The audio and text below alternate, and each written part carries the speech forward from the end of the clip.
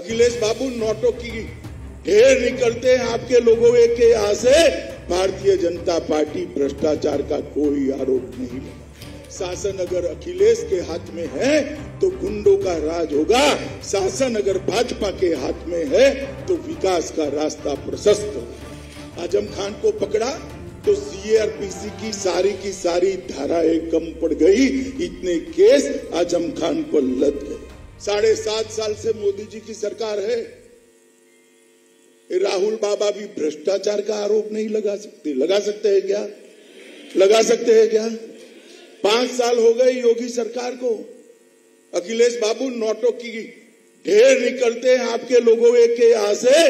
Bharatiya Janata party भ्रष्टाचार का कोई आरोप नहीं लगा। हमने पारदर्शी सरकार देने का काम किया है। हमने लोगों का जो पैसा था, लोगों का जो अधिकार था, उसको अपने घर में पहुंचाने का काम किया है। मित्रों, उत्तर प्रदेश को हम सब जानते हैं, मगर तनिक मैं 5 साल पहले ले जाना चाहता हूं। समाजवादी की पार्टी की सरकार थी। गुंडा राज था या नहीं था? बताओ भाई, जरा जोर से बोलो, था या नहीं था? बाहुबली परेशान करते थे या नहीं करते? बहन बच्चियों को सम्मान, उसका अपमान होता था या नहीं होता था? भारतीय जनता पार्टी की सरकार आई। जो बाहुबली से पहले पुलिस डरती थी, वो पुलिस से डरकर गले में पट्टी लगाकर सरेंडर कर रहे हैं। और जब इन पर गाज गिरती है, अखिलेश जी के पेट में दर्द होता। कहीं आजम खान, कहीं मुख्तार अंसारी, न जाने कितने कितने फैला कर रखे थे। आजम खान को पकड़ा तो सीआरपीसी की सारी धाराएं कम पड़ गई। इतने केस आजम खान पर लद गए। और मित्रों, मैं आपको ये कहने आया हूं, सिर्फ 2000 करोड़ की भूमि, सरकारी संपत्ति, ये माफियाओं ने जो कब्ज की थी, उसको खाली कराने का काम ये भारतीय जनता पार्टी की सरकार ने किया है। मोदी जी के नेतृत्व में योगी आदित्यनाथ ने किया है। मित्रों, यहां पर कानून का शासन करने लगाने का काम भारतीय जनता पार्टी की सरकार ने। और अखिलेश बाबू, आप कानून और व्यवस्था का सवाल उठाते हो, जरा चुल्लू भर पानी में डूब मरो। आपको बोलने का कोई अधिकार नहीं। मैं आंकड़े लेकर आया हूं। अखिलेश बाबू, मैं आपको कहना चाहता हूं, बहन मायावती जी, मैं आपको कहना चाहता हूं, कल मेरी बात का सार्वजनिक जवाब दीजिए। अखिलेश बाबू के शासन से भारतीय जनता पार्टी के शासन में डकैती में 70% कमी हुई है। कितनी हुई है भाई? लूट में 72% की कमी हुई है। कितनी हुई है? हत्या में 29% की कमी हुई। कितने प्रतिशत की? और अपहरण के अंदर 35% की कमी, ये भारतीय जनता पार्टी के शासन में। और अगर आप इसका जवाब देना चाहते तो जरूर दे दो, मुझे जवाब देने की जरूरत नहीं है। हमारा युवा मोर्चा का कोई कार्यकर्ता अगर आपको आंकड़े दिखा जाएगा।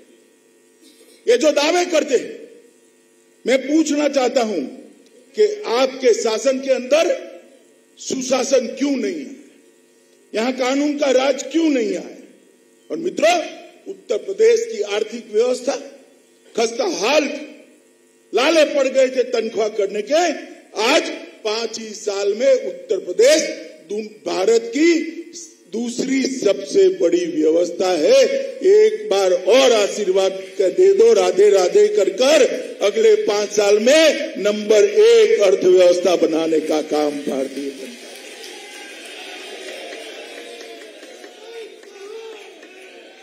मित्रों, यहां बहुत सारी माताएं बहनें भी बैठी हैं।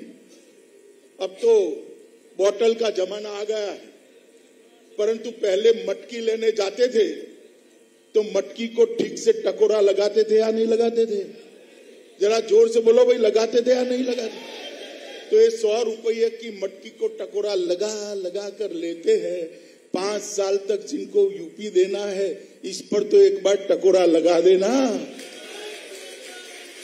और अगर टकोरा लगाओगे तो जवाब नरेंद्र मोदी के नेतृत्व की भारतीय जनता पार्टी पर ही आएगा। मित्रों, कबीर साहब ने बहुत खूब कहा है, कबीर लोहा एक है, गढ़ने में है फेर, ताही का बख्तर बने ताही की शमशीर।